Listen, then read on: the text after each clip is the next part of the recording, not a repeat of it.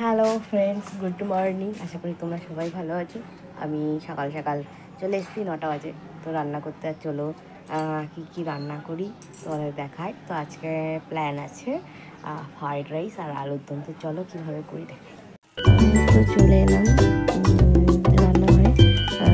একটা গামলার মধ্যে আমি 1 কৌটো আর হাফ কৌটো একটু কম চাল নিয়ে নিয়েছি।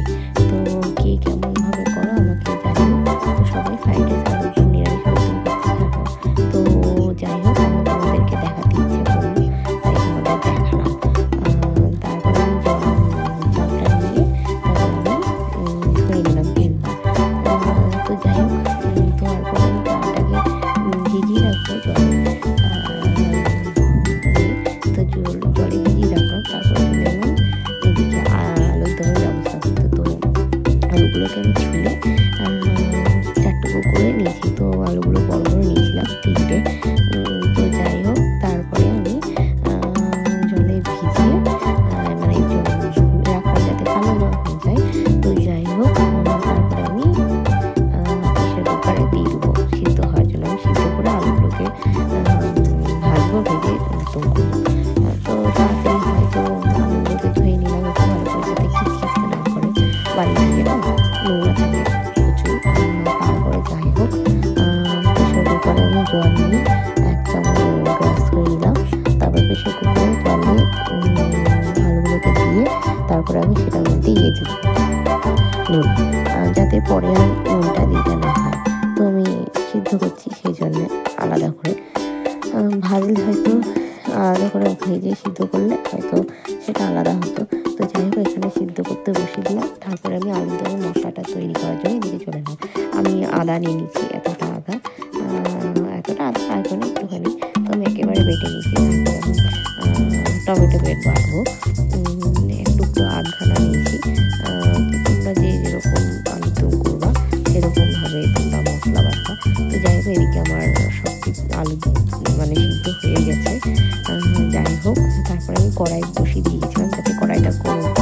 তো যাই হোক, তোমরা রান্নাঘর দেখে ভেবো না যে নোংরা কাজের মেয়ে এসে ডুবে, সেই জন্য। তো কাজের মেয়ে আসার আগে আমি রান্নাটা চাপিয়ে দিয়েছিলাম। তো যাই হোক, আমি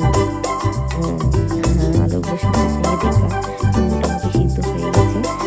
তো কড়াই বসিয়ে দিয়েছে। আমি এদিকে করতে বসেছি, আমি ফ্রাইড রাইসের তরকারিগুলো কাটতে বসেছি। তো তোমরা কে কীভাবে করো সেটা আমাকে বলো। জানি ভালো খারাপ হবে সে তোমরা বলবা। তো কী করবো বলো, একটা জিনিস করছি। তো তারপরে আমি ক্যাপসিকাম কাটছি। তো ক্যাপসিকামগুলো ছোটো বড় হয়ে গেছে। তো যাই হোক, কেটে নিলাম। কাটার পরে আমি গাজর কাটবো, কীভাবে কাটবো সেটাও দেখাবো তোমাদের। তো কে কীরকমভাবে করো প্লিজ আমাকে বলো কমেন্টে। তোমরা বড় ভিডিও কেউ দেখো না, আমার একটাই আফসোস। তো যাই হোক, গাজরগুলোকে আমি এইভাবে কেটে ছুলে নিলাম। তো গাজরগুলো তাই হচ্ছে আমার মোটা মোটা শুকনো হয়ে গেছে। তো যাই হোক, কেটে নিলাম। কাটার পরে জলের মধ্যে ভিজিয়ে রাখলাম। তারপরে ধুয়ে নেবো এই তরকারিগুলোকে, সেটা দেখানো হয়নি। তো যাই হোক, তো আর কীরকম কে কীরকমভাবে করো সেটাও বলো। বারবার বলছি, কমেন্ট কেউ করো, কমেন্ট করো। তো যাই হোক, এই রেসিপিটা আমি মায়ের থেকে শেখা ফ্রাইড রাইস। মাকে জিজ্ঞেস করে করে আমি করেছি। তারপরে আমি কেটে দিলাম ফুলকপি। এদের কাজের মেয়ে কাজ করছে। সত্যি কথা বলতে কাজের মেয়ে এই সময় থাকছে সেই জন্যে। তো যাই হোক, এদিকে চলে এলাম কড়াইয়ের মধ্যে। কড়াই গরম হয়ে যাচ্ছে, তেল দিয়েছি। তেল গরম হয়ে যাওয়ার পরে আলুগুলোকে ভাজবো, এই জন্য তেলে দিয়েছি। তো যাই হোক, আলুর দমের মশলা আমি করে নিলাম, আদা বাটা করে নিলাম। তারপরে টমেটো বাটা করে নিলাম, যেহেতু আমি দমে দেবো। তো এইদিকে আলুগুলোকে ভাজা হয়ে গেছে। হয়ে যাওয়ার পর করে আরেকটু তেল দিয়ে দেবো। ভাজা হয়ে গেছে আর ভেঙে হয়ে গেছে, এতো অনেক বেশি সিদ্ধ হয়ে গেছে। তো যাই হোক, কড়াইয়ের মধ্যে আরেকটু তেল দিয়ে নেবো। আমি তেল দিয়ে নিলাম। দেওয়ার পরে আমি হ্যাঁ জিরে ফোড়ন দিতে ভুলে গেছি, গোটা গরম মশলা দিয়েছিলাম ফোড়নে। তো যাই হোক, তোমরা কে কীরকমভাবে করো বলো।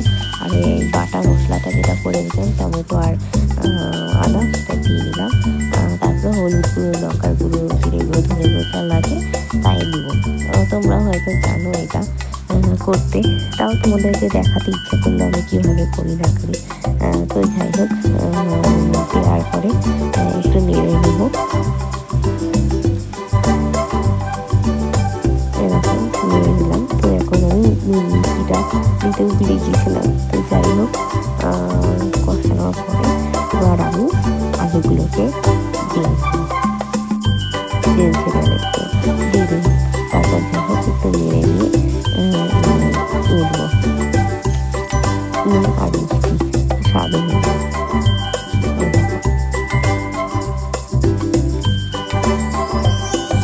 দেখতে ওরা স্বাদ অনুযায়ী, স্বাদের জন্য একটু মিষ্টি দেওয়া ভালো লাগে খেতে, স্বাদটা ভালো হয়। তো যাই হোক একটু নেড়ে বাড়িয়ে রেখেছিলাম, একটু কড়াইয়ে তলাটা একটু ধরে গেছিলো। তো যাই হোক একটু ধরে গেছিলো বলে একটু জল দিলাম, যাতে আরেকটু কষানো হয়। তো জল দেওয়াটা তোমাদের ঠিকভাবে দেখানো হয়নি, একটু গ্রেভি থাকবে বাইরে শেষ হবে। তো যাই হোক